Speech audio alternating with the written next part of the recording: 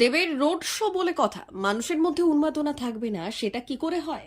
দেবের road show উপলক্ষে বুধবার সকাল থেকেই মানুষের মধ্যে একটা উন্মাদনার আভাস পাওয়া যাচ্ছিল, আর বিকেলে সেটাই জনবিস্ফোরণে পরিণত হলো।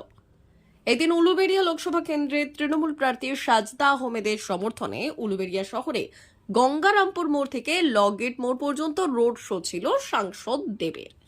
আর দেবের রোড শো উপলক্ষে এদিন দুপুর থেকেই কাতারে কাতারে মানুষ রাস্তার দুপাশে ছাদের ওপরে জড়ো হতে শুরু করেছিল। এদিন বিকেলে 4টে নাগাদ পাঁচলার হেলিপ্যাডে নামেন, পরে গাড়িতে করে উলুবেড়িয়া গঙ্গারামপুর মোড়ে আসেন। এদিন গঙ্গারামপুর মোড় থেকে একটি হুড খোলা গাড়িতে দেব রোড শো শুরু করেন।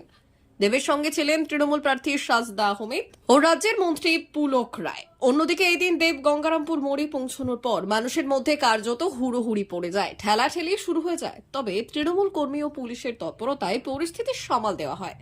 এদিন দেবের এই রোড শো যত এগিয়েছে তত রাস্তার দুপাশে মানুষের ঢল নেমেছে, আর মানুষের এই ঢলকে সামলাতে হিমশিম খেতে হয়েছে পুলিশকে। তবে এদিন দেবকে দেখতে টিনেজারদের মধ্যে ব্যাপক উৎসাহ লক্ষ্য করা যায়।